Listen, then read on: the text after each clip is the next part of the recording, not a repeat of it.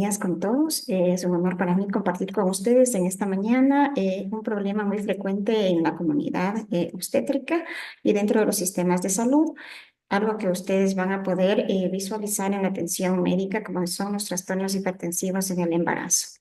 Mi nombre es Eva Arias y soy docente de la Universidad Católica del Ecuador. Dentro de nuestros objetivos para esta conferencia vamos a mirar los objetivos, los conceptos básicos de los trastornos hipertensivos, la fisiopatología, el diagnóstico, el tratamiento y la prevención. Les he traído acá una frase muy cortita que se dice: y fue tu corazón mi primer tambor de guerra.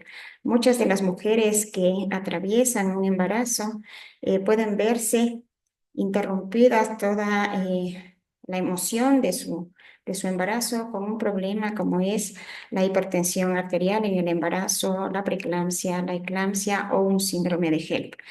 Entonces, en esta mañana, nuestros objetivos de aprendizaje, hemos visto que dentro de la preeclampsia es muy importante para nosotros poder prevenir, evaluar, diagnosticar y tratar oportuna y correctamente los trastornos hipertensivos en el embarazo, para de esta manera evitar las complicaciones materno-perinatales. Establecer un esquema profiláctico y terapéutico adecuado de acuerdo a la edad gestacional y a sus factores de riesgo, esto es fundamental. Podemos tener mujeres embarazadas a las que el evento hipertensivo aparece antes de las 20 semanas o después de las 20 semanas, y esto complica la evolución normal del embarazo. Identificar los signos y síntomas de gravedad para referir de forma oportuna y segura a aquellas pacientes a centros de mejor y mayor complejidad y mayor capacidad resolutiva es uno de los objetivos principales en este trastorno de la hipertensión. Recordemos algunos conceptos básicos sobre los trastornos hipertensivos en el embarazo. Desde hace más de 2000 años, la preeclampsia ha estado presente en el mundo. Sin embargo, las consideraciones clásicas han sido visualizadas desde una enfermedad renal. Sin embargo, actualmente la ACO nos indica que la preeclampsia es un síndrome multisistémico que incluye diferentes vías de expresión, ¿sí? Para nosotros, lo que hemos venido aprendiendo ha sido que la presión sistólica mayor a 140 milímetros de mercurio y una presión diastólica igual o mayor a 90 milímetros de mercurio, tomada en dos tomas con una diferencia de 4 horas, en mujeres a partir de las 20 semanas de gestación, se considera una preeclampsia, ¿sí? Sin embargo, tomando en cuenta que aquellas hayan tenido un buen control prenatal, cuyos valores de presión arterial previo a las 20 semanas hayan sido normales. Una presión sistólica que sea igual o mayor a 160 milímetros de mercurio y una presión diastólica igual o mayor a 110 milímetros de mercurio puede confirmarse en un tiempo muy corto, es decir, no necesito 4 horas de diferencia, simplemente pasado unos 15 minutos o 10 minutos o 20 minutos, usted puede volver a tomar la presión arterial y determinar que esta paciente ya no solamente tiene la preeclampsia, sino que usted está frente a una crisis hipertensiva en el embarazo. Estas definiciones que nos ha puesto la ACO son muy importantes, ¿no es cierto? El tomar la evaluación de la presión arterial de forma adecuada, permanente en toda mujer embarazada en cada control prenatal.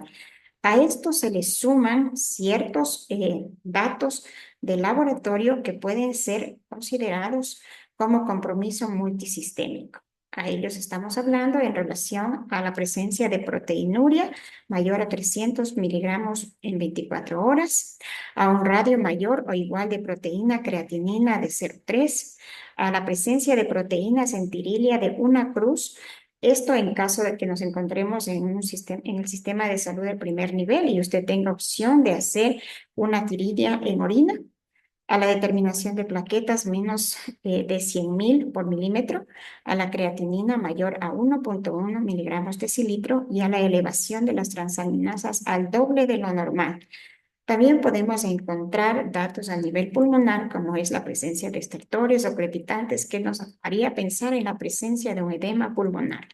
Y síntomas neurológicos como la cefalea, síntomas visuales como los escotomas, síntomas auditivos como el tinnitus, síntomas de sensación de mareo, de náusea, de vómito que podrían presentar nuestras pacientes.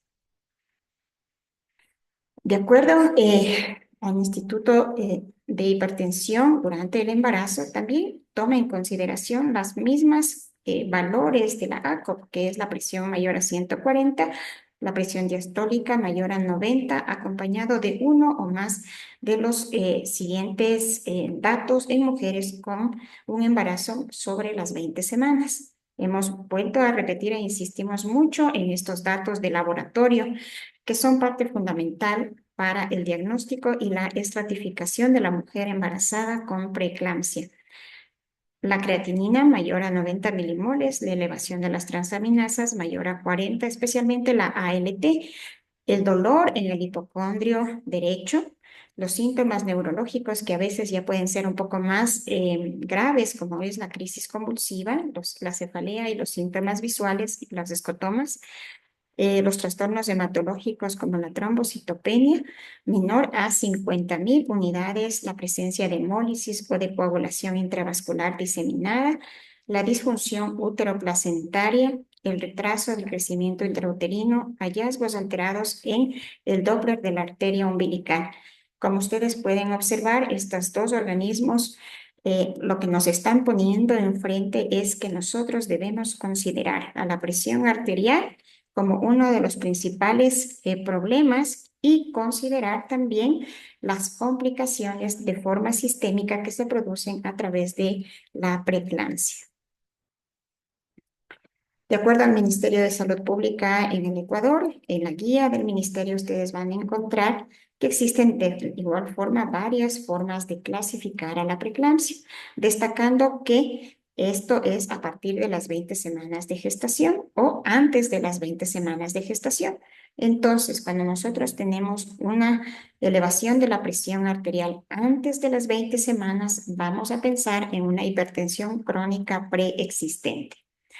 En una preeclampsia, cuando tenemos sobre las 20 semanas de gestación, en una preeclampsia con eclampsia, si es que la paciente presenta sobre las 20 semanas de gestación, elevación de la presión arterial y la presencia de crisis convulsivas. ¿Sí? Después de las 20 semanas de embarazo, vamos a pensar en la hipertensión gestacional, en la hipertensión crónica con preeclampsia y en la eclampsia sobreañadida. Estos datos a veces nos pueden parecer muy confusos, sin embargo, nosotros debemos considerar el punto de corte que son las 20 semanas. Recuerden, antes de las 20 semanas, hipertensión crónica, después de las 20 semanas, preeclampsia, eclampsia o preeclampsia con eclampsia o hipertensión crónica con eclampsia sobreañadida. En cuanto a la epidemiología, hemos dicho que este es un problema de salud pública, pues en el Ecuador la preeclampsia y la eclampsia han sido una de las principales causas de muerte materna, representando el 27.53% de todas las muertes maternas, de acuerdo a la guía del Ministerio de Salud del 2016. Es el responsable del 14% de muertes perinatales y constituye el mayor factor de riesgo para parto prematuro, para recién nacidos con bajo peso al nacer y pequeños para la edad gestacional. Esta parte es importante, pues tiene un impacto en la morbilidad y mortalidad materna y perinatal. Así se ha visto que en los Estados Unidos representa un 7% de las muertes entre el año 2012 y 2015. ¿Cuáles son los factores de riesgo para los trastornos hipertensivos en el embarazo? Nosotros hemos observado que existen múltiples factores de riesgo. Sin embargo, es necesario recordar que la nuliparidad constituye un factor de riesgo, el periodo intergenésico amplio mayor a 10 años, El embarazo, cuando este viene de un nuevo padre o la exposición al semen de diferentes parejas. La obesidad como un factor de riesgo cardiovascular per se, especialmente en aquellas mujeres de edad avanzada. La anormalidad en la implantación de la placenta desde la teoría, vamos a observar que este ha sido uno de los principales factores de riesgo y las enfermedades crónicas como la diabetes, la hipertensión o la monoiratiforme. ¿Sí? La edad es un factor fundamental en el desarrollo de los trastornos hipertensivos. Observamos epidemiológicamente que esto puede estar presente tanto en personas adolescentes como en mujeres sobre los 35 y 40 años de edad.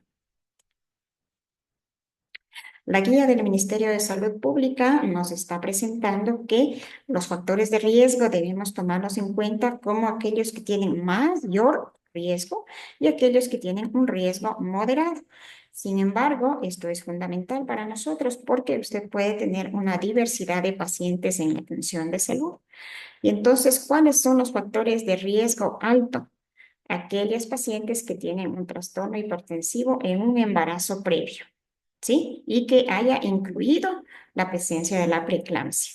Aquellas mujeres que cursen una enfermedad renal crónica. Aquellas mujeres que cursen una enfermedad autoinmune. Dentro de ellas es importante recordar la presencia del lupus eritematoso sistémico, las trombofilias y el síndrome antifosfolipídico.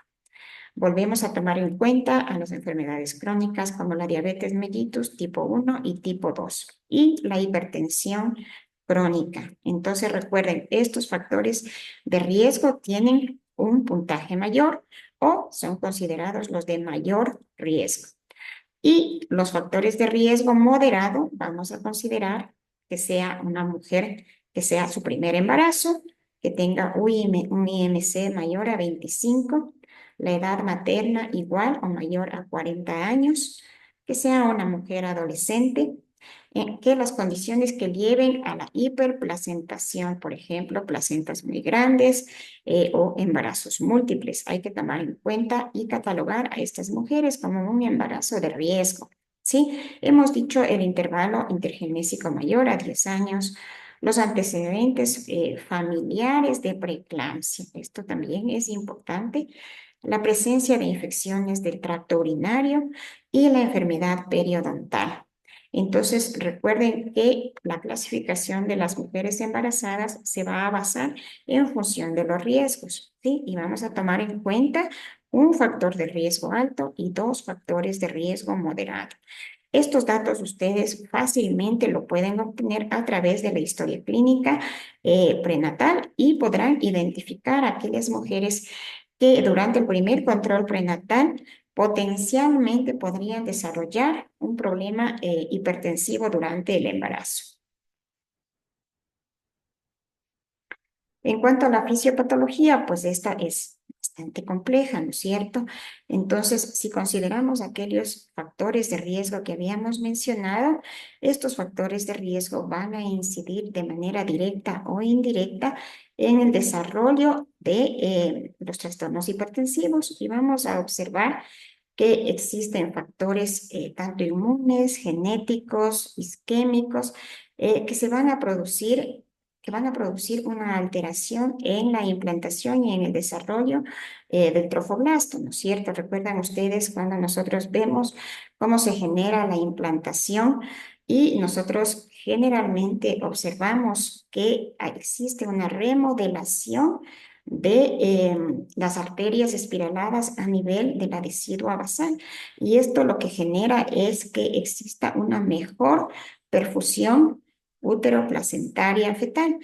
Al no producirse esta adecuada remodelación en las arterias espiraladas, a nivel local se va a producir una respuesta inflamatoria, una respuesta a la isquemia que esto se está generando, dando lugar a un sinnúmero de reactantes de fase aguda que van a generar una respuesta inflamatoria local y una respuesta inflamatoria sistémica, ¿sí?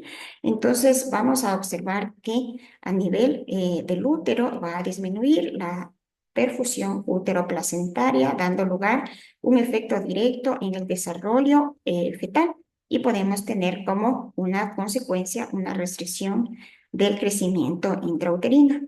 A nivel de la placenta, hemos dicho que existe esta hipoxia placentaria dando lugar a estos factores angiogénicos y antiangiogénicos, ¿no es cierto? Esta generación de factores antiangiogénicos lo que van a generar es una disminución de la resistencia, un aumento, digámoslo así, en la resistencia vascular periférica que va a generar un aumento en la permeabilidad vascular a nivel sistémico, dando lugar a una fuga de los líquidos del espacio extravascular hacia el intersticio, que podría dar lugar a la presentación del edema, a un aumento en la resistencia vascular periférica y a la presentación de la presión alta. Si nosotros recordamos la fisiopatología, vamos a entender que al existir un aumento de la resistencia vascular periférica, va a haber una disminución en el flujo sanguíneo renal y el riñón va a activar el sistema renina, angiotensina, aldosterona, generando así el aumento de la presión arterial. ¿Sí? A nivel de los riñones vamos a observar que existe una hipoxia renal.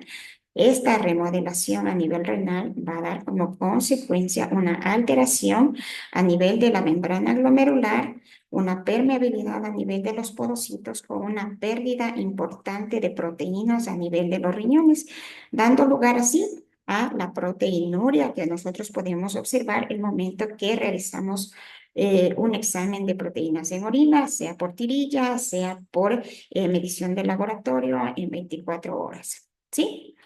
También vamos a poder observar que puede existir hematuria y va a disminuir la tasa de filtración glomerular. Es decir, si aumenta la resistencia vascular periférica, también aumenta la resistencia en la arteria renal, disminuyendo así el flujo sanguíneo renal, disminuyendo la tasa de filtración glomerular y dando como consecuencia la oliguria.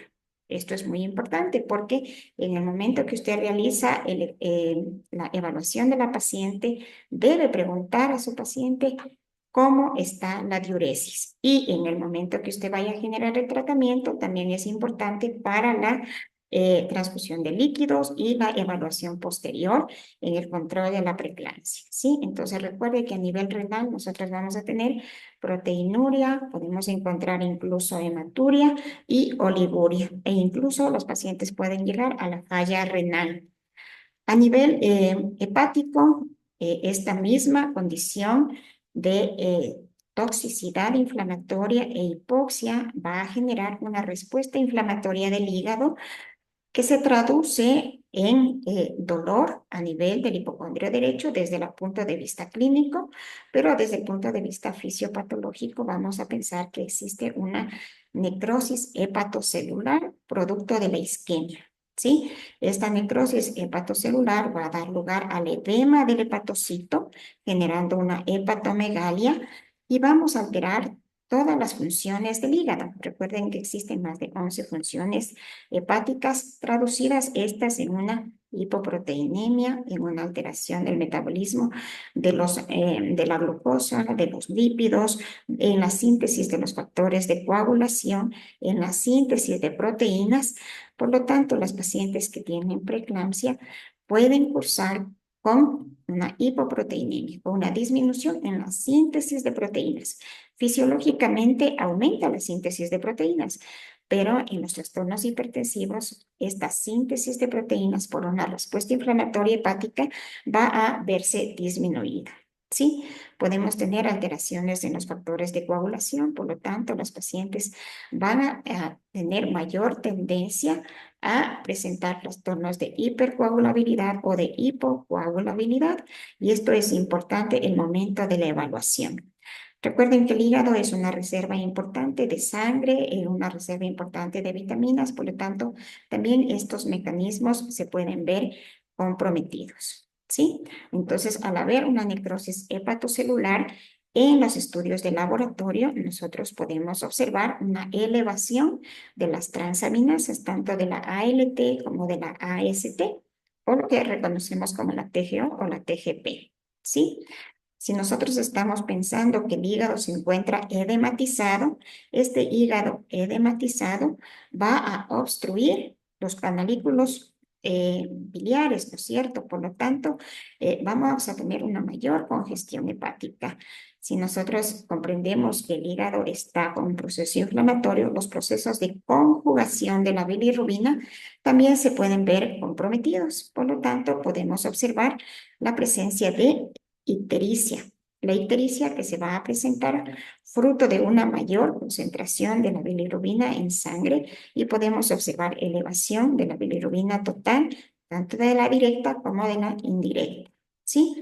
Si nuestra paciente llega a un estadio grave del trastorno hipertensivo, podríamos tener una coagulación intravascular diseminada inclusive. A nivel de hematológico, es muy importante para nosotros reconocer que va a existir un compromiso de las líneas celulares, especialmente a nivel de los megacariocitos o plaquetas. Por lo tanto, es fundamental la evaluación de las plaquetas, porque podríamos estar frente a otra complicación del trastorno hipertensivo llamado el síndrome HELP. Entonces, vamos a tener presente el contagio de las plaquetas. Recordar que las plaquetas, su valor normal va entre 150.000 a 450.000, pero en los trastornos hipertensivos, a partir de 116.000 plaquetas, nosotros debemos tomarlo en cuenta, ¿sí? Entonces, a veces observamos plaquetas entre 150, menos de 150.000, y ya tenemos que estar muy atentos porque en el transcurso de horas o días esto se podría modificar y disminuir. Si nosotros tenemos menor concentración de plaquetas, el riesgo de sangrado va a ser mayor, ¿sí? A nivel pulmonar, hemos estado indicando que estos trastornos que disminuyen la angiogénesis y generan una disfunción endotelial van a generar mayor permeabilidad del agua, ¿no es cierto? Porque existe un trastorno en las fuerzas de Starling, tanto en la presión hidrostática como en la presión oncótica. Por lo tanto, el riesgo de edema pulmonar es muy frecuente y es algo que usted tiene que tomarlo en consideración en el momento de la evaluación clínica. A nivel cerebral, es muy importante que recuerden que esta elevación de la presión arterial, especialmente cuando se presenta una crisis hipertensiva, ¿sí? El flujo sanguíneo cerebral no logra autorregular estas presiones, ¿sí? Por lo tanto, al elevarse de manera brusca la presión arterial, disminuye el flujo sanguíneo cerebral, lo que va a ocasionar la misma respuesta anterior, una cascada isquémica global que se va a traducir en la presentación de signos clínicos como es la cefalea o lo craneano. ¿Sí? Si nosotros consideramos que existe una respuesta inflamatoria cerebral global o una disminución de la perfusión cerebral, los cambios que se van a producir a nivel de las células cerebrales va a generar una alteración en la membrana celular con una hiperexcitabilidad de la membrana celular. ¿Sí? Lo que nosotros reconocemos como un edema vasogénico y posteriormente un edema citotóxico. Este edema cerebral que se está produciendo puede ser capaz de darnos no solo los signos clínicos o las manifestaciones de cefalea, de náusea, de mareo, sino también podría llegar a hiperpolarizarse lo suficientemente la membrana celular y reflejar de manera periférica con una elevación de los reflejos osteotendinosos. ¿Sí? Entonces, quizá la paciente todavía no presenta un cuadro convulsivo. Sin embargo, a nivel periférico usted puede observar la presencia de hiperreflexia. ¿Sí? Recuerden la escala de los reflejos, desde la reflexia, hiporreflexia, normoreflexia, hiperreflexia y clonus. Si usted encuentra a una paciente con una hipertensión arterial hiperreflexia, póngale mucha atención, porque el compromiso neurológico podría desencadenarse en una eclampsia. Por tanto, es muy importante para nosotros, ¿no es cierto?, tomar en cuenta la fisiopatología y algunos datos que pueden ser muy frecuentes o muy comunes de visualizar en la atención de salud. El control de la presión arterial, la presencia de ciertos síntomas que casi siempre están presentes y que nos ponen en mayor alerta, como es el dolor epigástrico, los síntomas neurológicos, la presencia de hemorragia, la presencia de náuseas y vómitos. ¿Sí? La proteinuria que nos está indicando particularmente un compromiso renal, el aumento de peso exagerado en las mujeres embarazadas, especialmente en el tercer trimestre, nos va a hacer pensar que existe esta fuga de líquidos desde esta fuga capilar, ¿no es cierto?, desde el espacio intra y extravascular, generando el edema facial, el edema pulmonar, la ascitis, la presencia de edema pulmonar o derrame pleural también, y los signos de fibrinolisis y hemólisis que podrían traducirse en la presentación de un cuadro de HELP, de una insuficiencia renal o una coagulación intravascular diseminada. Sí, no se olviden de las plaquetas bajas y la elevación de las enzimas hepáticas. Entonces, es muy complejo este síndrome de los trastornos hipertensivos, porque sus manifestaciones sistémicas nosotros deberíamos observar en cada mujer embarazada durante el control prenatal y mucho más en aquella que ya presenta elevación de la presión arterial, para que usted pueda estratificar a su paciente y generar un diagnóstico adecuado y oportuno. Antiguamente hablábamos de los trastornos hipertensivos como una preeclampsia leve, moderada o severa. Actualmente se considera a la preeclampsia con criterios de severidad o sin criterios de severidad. Por lo tanto, siempre es necesario tomar en cuenta los valores de la presión arterial. ¿Sí? Si usted observa que la paciente tiene una presión sistólica de 140 milímetros de mercurio y una diastólica de 90 en dos ocasiones sobre las 20 semanas, y no tiene signos de gravedad, de compromiso sistémico, probablemente usted dice, sí, solamente es una preeclampsia, pero eso no quita que usted no busque estos signos de gravedad o estos criterios de gravedad, ¿no es cierto? Entonces hay que tener muy presente toda la fisiopatología porque eso se traduce especialmente en las alteraciones renales y en las alteraciones neurológicas o en las alteraciones cardiovasculares. ¿Sí? Entonces, usted podría clasificar a la paciente como una paciente únicamente con preeclampsia, si es que no tiene un compromiso sistémico, una paciente con preeclampsia con signos de severidad, sí, con compromiso neurológico, renal, hematológico, hepático, pulmonar, o una paciente con un trastorno hipertensivo con preeclampsia. Cuando la paciente, aparte de todo lo que hemos mencionado, se suma la crisis convulsiva tónico-clónica generalizada. Es muy importante que no se vaya a confundir con una enfermedad epiléptica, ¿no? Entonces, la eclampsia se va a presentar únicamente en aquellas pacientes embarazadas que tienen todos los criterios de gravedad y todo el compromiso multisistémico y que en realidad constituye la mayor causa de muerte en nuestras pacientes embarazadas. Y no se olvide de la complicación como es el HELP, ya que nos está diciendo que existe una disfunción hepática importante y que compromete mayormente el riesgo de muerte en aquellas mujeres embarazadas. En cuanto al tratamiento, es fundamental para nosotros tomar en cuenta que el tratamiento tiene que ser oportuno, tiene que ser adecuado y tiene que ser realizado por un personal que esté altamente calificado y que pueda tomar decisiones de manera adecuada.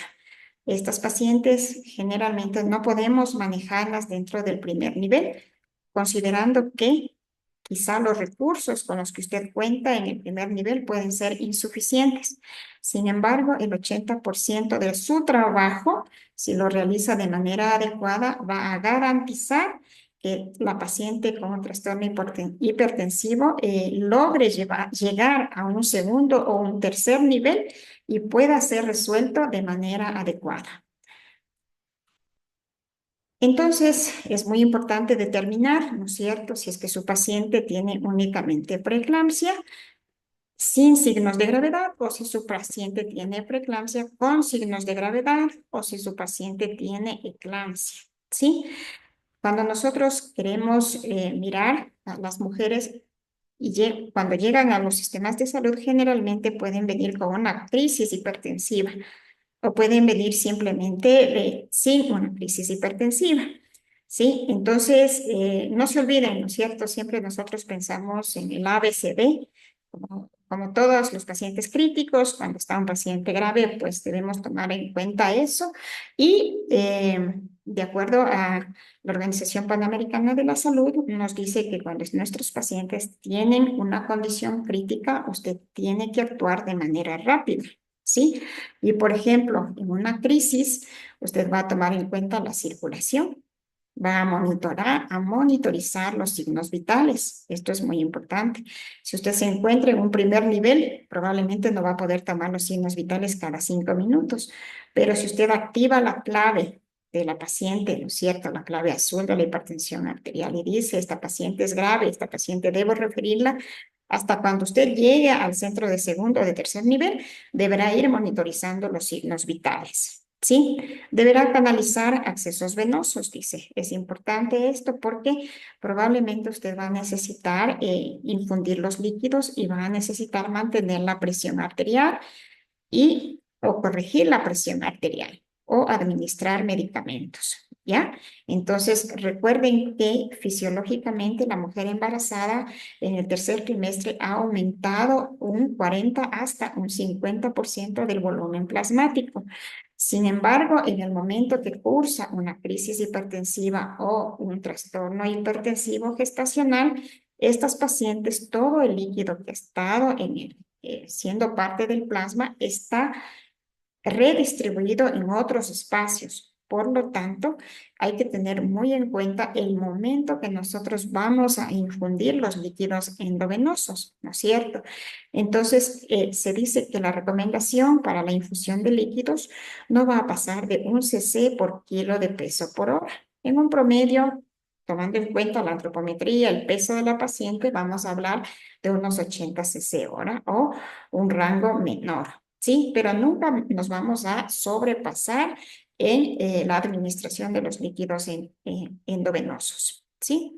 Cuando usted esté administrando líquidos endovenosos, recuerde que una mujer con trastorno hipertensivo está presentando oliguria, es decir, no hay mayor flujo a nivel de los riñones. El momento que usted empieza la infusión de líquidos, un punto a considerar en el control va a ser mirar la cantidad de volumen urinario que se excreta o lo que reconocemos como la diuresis oral, ¿sí? También nosotros vamos a tener que ser muy rápidos en la evaluación y en la solicitud de ciertos exámenes de laboratorio, como son una biometría hemática completa, en la que probablemente usted en la fase inicial podrá encontrar que el hematocrito se encuentra concentrado, ¿cierto? Y entonces usted podrá tener una mala interpretación. Recuerde que su paciente ha tenido una hemoconcentración fruto de esta mayor permeabilidad vascular. Va a solicitar una deshidrogenasa láctica, lo que si está elevada, esta nos va a hacer pensar en que existe un proceso de hemólisis, ¿sí? Si usted observa las transaminasas elevadas, la ST, la ALT elevada, pues tenemos un compromiso de necrosis hepatocelular y si la creatinina sérica de igual forma se encuentra mayor a 1.1, igual estamos frente a un compromiso renal. ¿Cómo nosotros vamos a manejar a estos pacientes con un trastorno hipertensivo? Como habíamos mencionado, depende en qué momento llega la paciente o en qué momento nos encontramos nosotros en la evaluación. Si la paciente se encuentra con una crisis hipertensiva, es decir, una presión arterial mayor o igual a 160, 110 de sistólica y una diastólica mayor o igual a 110, vamos a comenzar el manejo el control de la presión arterial, ¿no es cierto? Y esto es muy importante. ¿Por qué? al tratar de manera oportuna la crisis hipertensiva, estamos reduciendo el riesgo de un evento cerebrovascular, de un accidente cerebrovascular. Recuerden que en el cerebro, pues la autorregulación del flujo, en una crisis hipertensiva no se autorregula de manera muy rápida y esto da lugar a que se puedan presentar eventos cerebrovasculares que podrían llegar a generar secuelas neurológicas en las pacientes. ¿Sí? Entonces, la recomendación que nos indican es la utilización del labetalol intravenoso, de la hidralazina o la nifedipina por vía oral. Entonces, para el control de la crisis hipertensiva, usted tiene estos tres medicamentos, fármacos que sí se disponen en el país, quizá algunos más que otros, pero es importante que usted tome en consideración estos fármacos, ¿sí? Y es muy importante que durante la primera hora del diagnóstico de la crisis hipertensiva usted logre controlar la presión arterial, ¿ya? Llevando a un objetivo de control de la presión arterial, de la presión sistólica, que debe ir entre 130 y 150 milímetros de mercurio y de una presión diastólica de 80 a 100 milímetros de mercurio. Es decir, no queremos llevar a la paciente que se encuentra con una crisis hipertensiva a una reducción menor a los valores señalados, precisamente porque si usted le baja mucho la presión arterial, la paciente va a tener mayor riesgo de isquemia, ¿sí? Y por lo tanto podría generarse un desprendimiento de la placenta norma inserta, que son complicaciones que se presentan cuando no se maneja adecuadamente la crisis hipertensiva. Entonces, si vamos a reducir la presión arterial, ¿no es cierto? Y nosotros optamos por la administración del nifedipina oral de liberación inmediata, nosotros vamos a tener diferentes presentaciones, pero podemos empezar utilizando el nifedipino en cápsulas de 10 miligramos por vía oral y repetir el control de la presión arterial a los 20 minutos. Si su presión arterial persiste, ¿no es cierto?, por arriba del umbral esperado, podemos utilizar una siguiente dosis de 20 miligramos de nifedipina por vía oral y volver a controlar la presión arterial. ¿Sí? Si usted observa que realizando este monitoreo cada 20 minutos de la presión arterial persiste elevada, usted puede optar por un segundo antihipertensivo. En el caso indicado sería el abetalol, 40 miligramos intravenoso en 2 minutos. ¿Sí? Para eso es que nosotros tenemos colocadas las vías periféricas para administrar la medicación, para tener un acceso rápido. ¿Sí? Y es muy importante que cuando usted opte por la utilización de un segundo fármaco para el control de la presión arterial, no se olvide de la presencia y el control del feto, ¿sí? O sea, no vamos a pensar que aquí estamos trabajando únicamente para controlar la presión arterial y los efectos que estos pueden producir solamente a la madre, sino que estos directamente se van a ver involucrados en el desarrollo y en la hemodinamia del estado fetal. Por lo tanto, tenemos que pensar en cómo se encuentra el feto. ¿Sí? Y si usted está pensando que en esta paciente ha sido necesario usar este segundo fármaco, es muy importante la evaluación por otros miembros del equipo de salud, ¿no es cierto?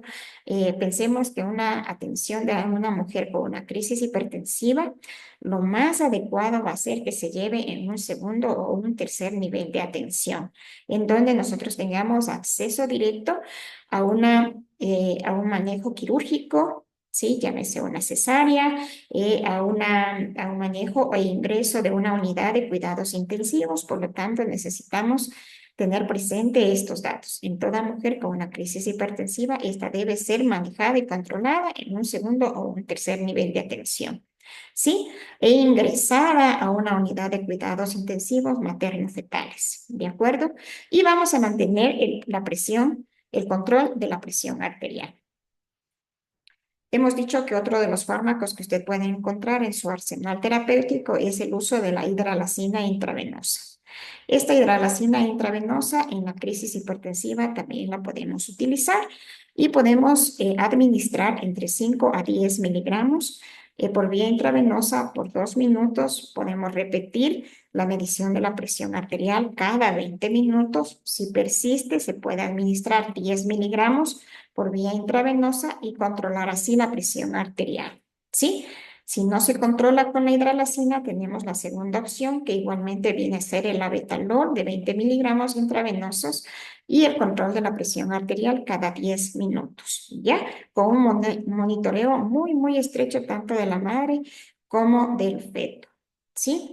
El uso del abetalol se podría utilizar en casos emergentes, siempre y cuando nosotros tengamos la posibilidad de ingresar a nuestra paciente a cuidados intensivos o de un manejo crítico de estas pacientes. ¿Sí? El control de la presión arterial debe ser evaluado en las siguientes 4 horas, es decir, cada 20 minutos vamos nosotros a estar tomando la presión arterial.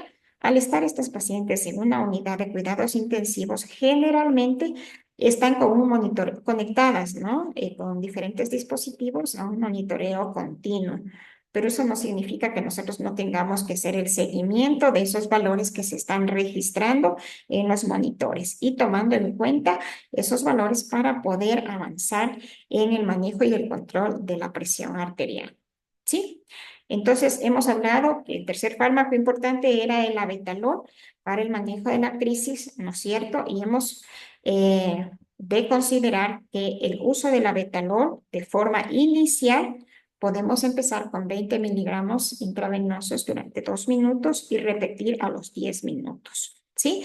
Si persiste la elevación de la presión arterial, utilizaremos una segunda dosis de 40 miligramos y controlaremos la presión arterial cada 10 minutos, ¿ya? Entonces, es muy importante cómo nosotros vamos no quiero decir la palabra jugando con el uso de estos medicamentos, sino tomando decisiones adecuadas en el uso y el control de los medicamentos para llegar a un objetivo terapéutico de reducción de la presión arterial en la paciente con preeclampsia.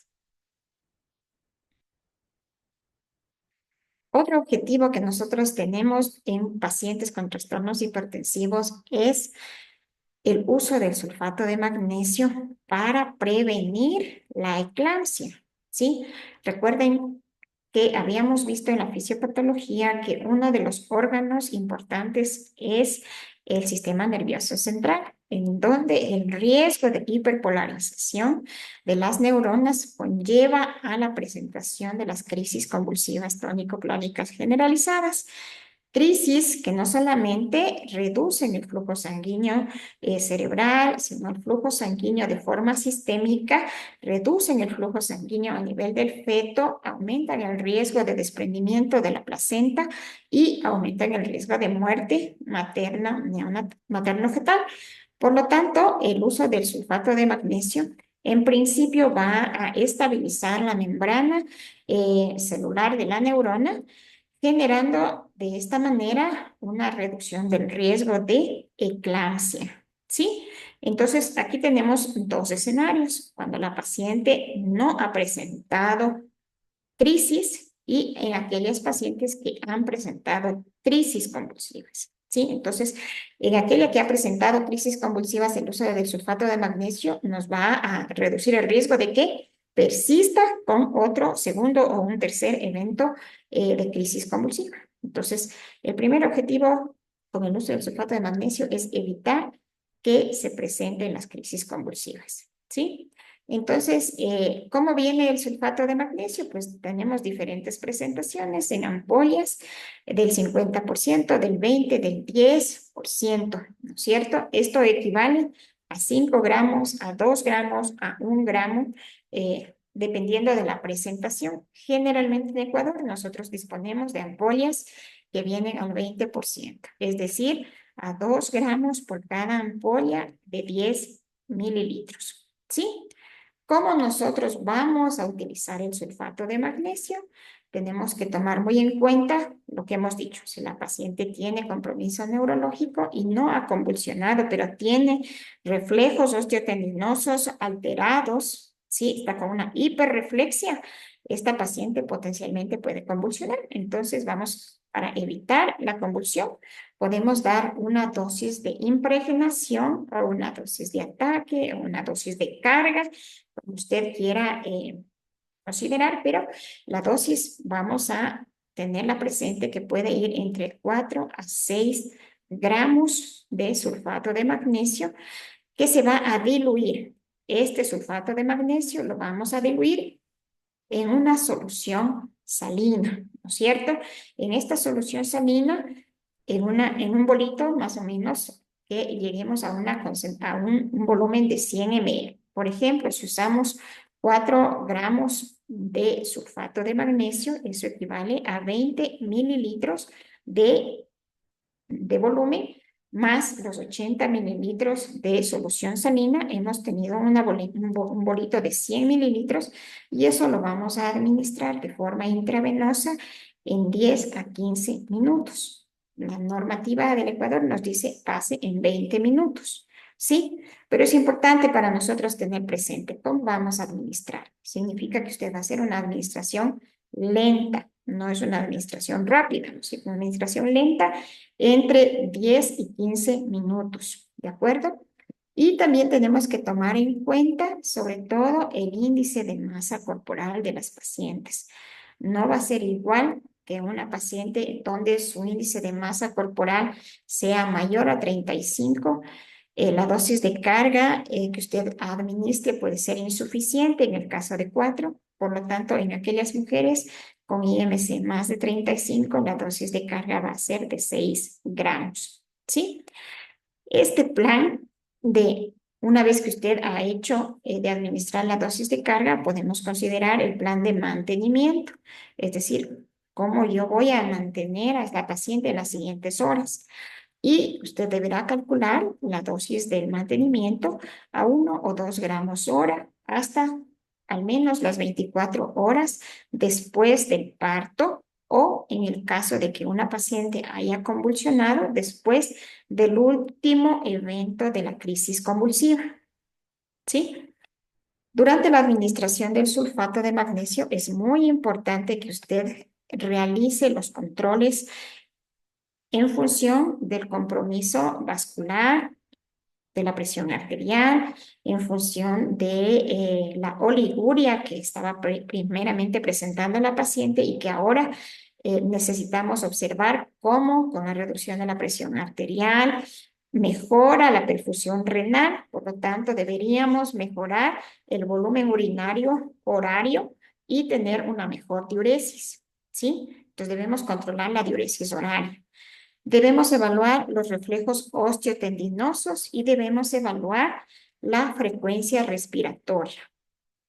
¿Por qué hago hincapié en estos 3 aspectos de evaluación y control mientras se administra el sulfato de magnesio? Porque son los principales datos que usted va a tener en cuenta en el caso de que exista una sobreexposición a la administración del sulfato. Es decir, si su paciente tiene una intoxicación por el sulfato de magnesio, es muy probable que los reflejos osteotendinosos empiecen a disminuir de forma drástica, ¿sí? O que la frecuencia respiratoria se vea comprometida y tengamos una paciente con una parada respiratoria. Entonces es muy importante que usted realice el control, ¿sí? Esta intoxicación del sulfato de magnesio nos puede dar o reflejar una pérdida progresiva del reflejo patelar o de la frecuencia respiratoria, como estamos mencionando. Entonces, si usted tiene una frecuencia respiratoria menor a 12 por minuto o una diuresis menor a 30 ml hora, póngale mucha atención porque su paciente está con una intoxicación por sulfato. ¿Sí? Entonces, deberemos tener dentro de nuestro arsenal terapéutico también cómo vamos a controlar la intoxicación por el sulfato. Entonces, ahí vamos a tener que tener presente, ¿no es cierto?, que debemos contar con una ampolla de gluconato de calcio. Estas ampollas de gluconato de calcio podrán ser administradas ante la presencia clínica de los signos de intoxicación, ¿sí? Y algo importante que nosotros tenemos que tener presente, ¿no es cierto? ¿Qué más debo hacer yo si mi paciente está con una intoxicación por sulfato de magnesio? No solamente le voy a administrar el gluconato de calcio, sino también tengo que poner atención en cómo estoy administrando el sulfato y tendré que suspender la administración del sulfato de magnesio, ¿sí? Hasta verificar mediante datos de laboratorio qué tan alterado se encuentra la magnesemia en sangre, ¿sí? Entonces, yo les he compartido en este momento una tablita que nos va a permitir observar cuándo se presentan los signos y los síntomas en relación a los niveles plasmáticos del sulfato de magnesio. Entonces, por ejemplo, nuestros pacientes van a mantenerse con una magnesemia terapéutica cuando su nivel de sulfato se encuentre entre 4 y 8 miligramos decilitro. Sin embargo, cuando el magnesio está entre 9 y 12 miligramos decilitro, se van a observar pérdida de los reflejos patelares, con la presencia de signos tempranos como náusea, sensación de calor, somnolencia, visión doble, dificultad para hablar y debilidad generalizada, ¿sí? Si la magnesemia es mayor a 12, podemos observar un deterioro de la actividad de los músculos respiratorios y puede observarse signos de una hipoxia presente, ¿sí? Si nosotros tenemos niveles de 15 a 17, puede haber una parálisis muscular y el paro respiratorio. Y con magnesemias superiores a 30 a 35 puede haber el paro cardíaco, ¿sí? Entonces tengan presente que ante la inminente elevación del sulfato de magnesio, los signos tempranos que puede usted observar, habíamos dicho, ¿no? Los signos patelares, o sea, la disminución de los reflejos osteotendinosos, especialmente del reflejo patelar, esta dificultad para hablar, esta sensación de debilidad generalizada, estas manifestaciones respiratorias. Por eso, cuando usted está trabajando con una paciente con un trastorno hipertensivo como la preeclampsia, el control de los signos vitales cada 20 minutos es fundamental.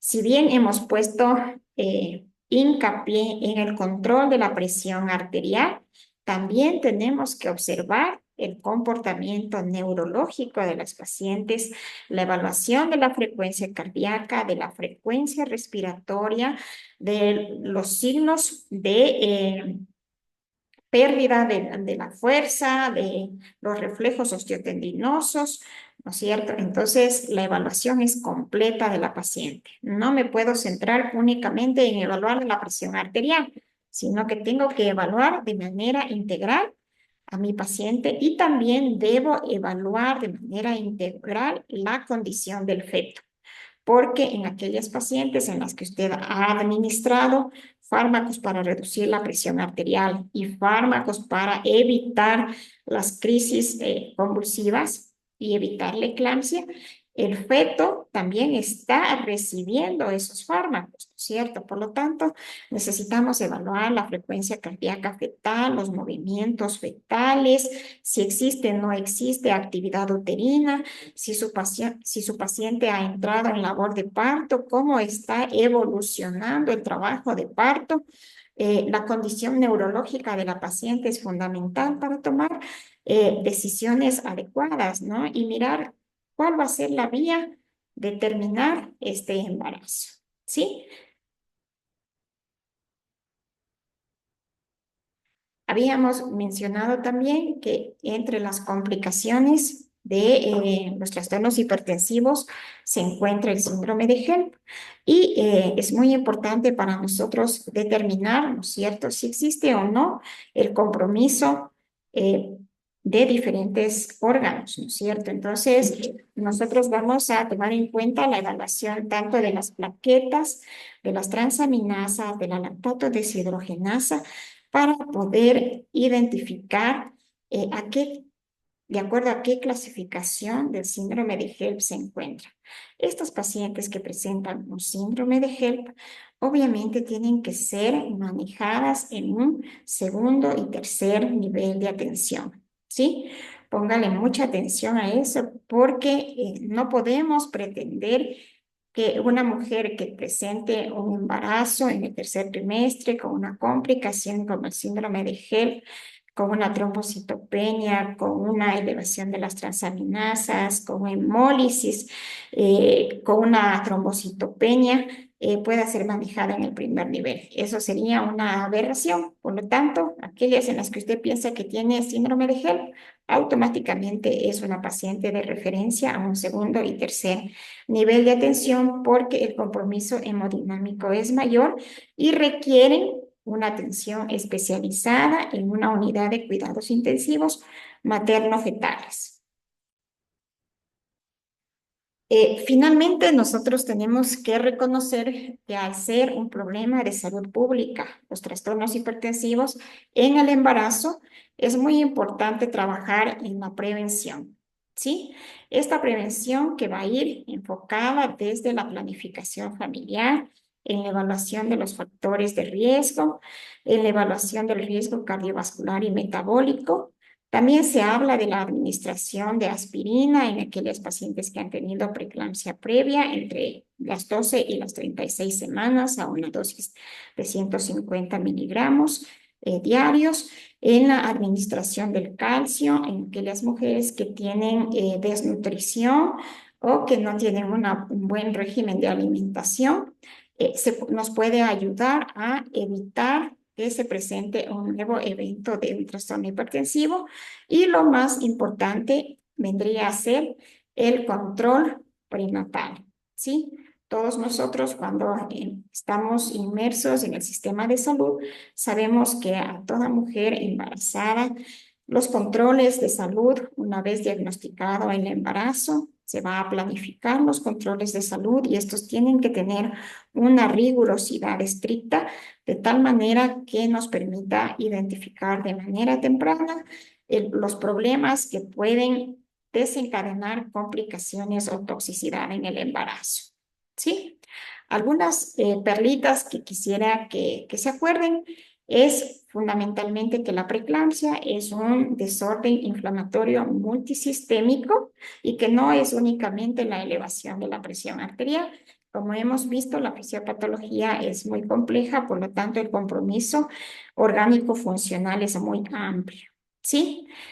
Que existe una variedad de manifestaciones clínicas progresivas dentro de la preeclampsia que nos permiten a nosotros tomar en consideración aquellos criterios diagnósticos para estadificar o estratificar a nuestras pacientes. ¿Sí?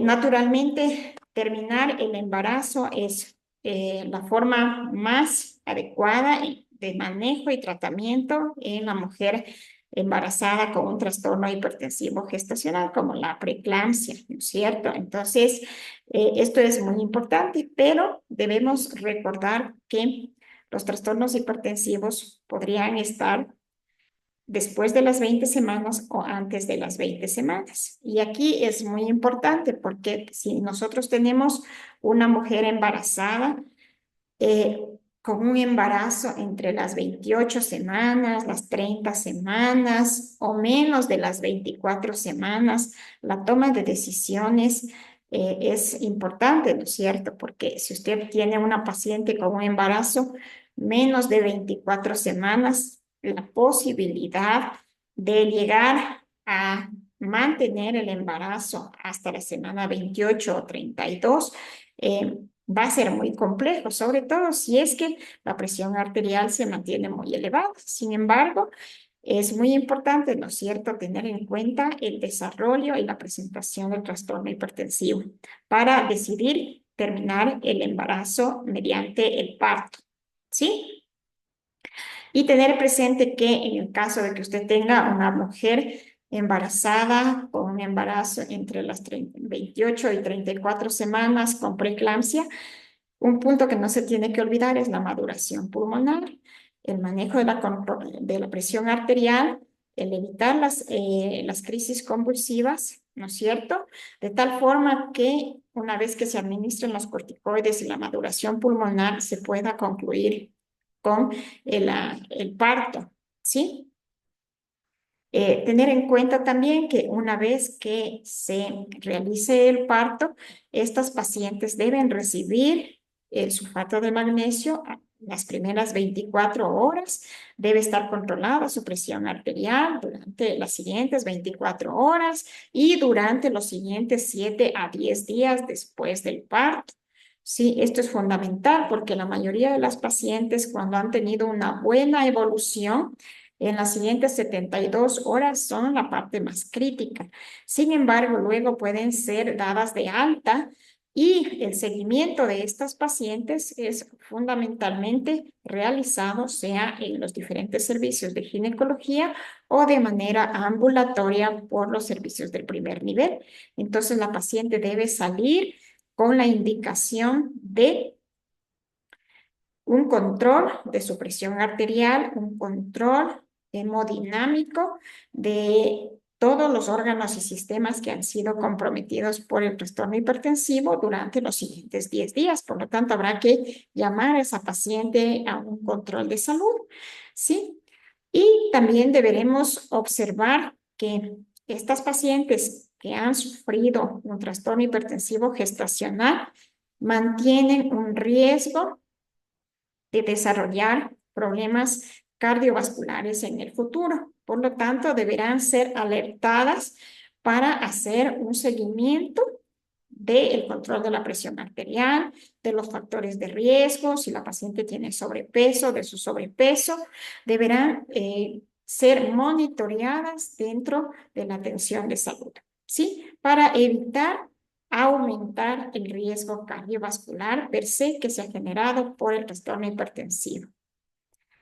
Entonces, es muy importante para nosotros que vayamos actualizándonos permanentemente en cómo nosotros podemos mejorar la atención de salud en los pacientes con trastornos hipertensivos. Como hemos dicho, al ser un problema de salud pública, el Ecuador y el mundo lucha cada día por disminuir las muertes maternas y las muertes fetales y neonatales fruto de un trastorno hipertensivo gestacional. Bueno, con esto me despido y quiero agradecer a todos por su atención. Indicarles también que en el aula virtual ustedes van a tener algunos artículos que les va a permitir mejorar su conocimiento y naturalmente las destrezas y habilidades que ustedes van a tener durante el desarrollo de sus actividades como médicos. Gracias por su atención.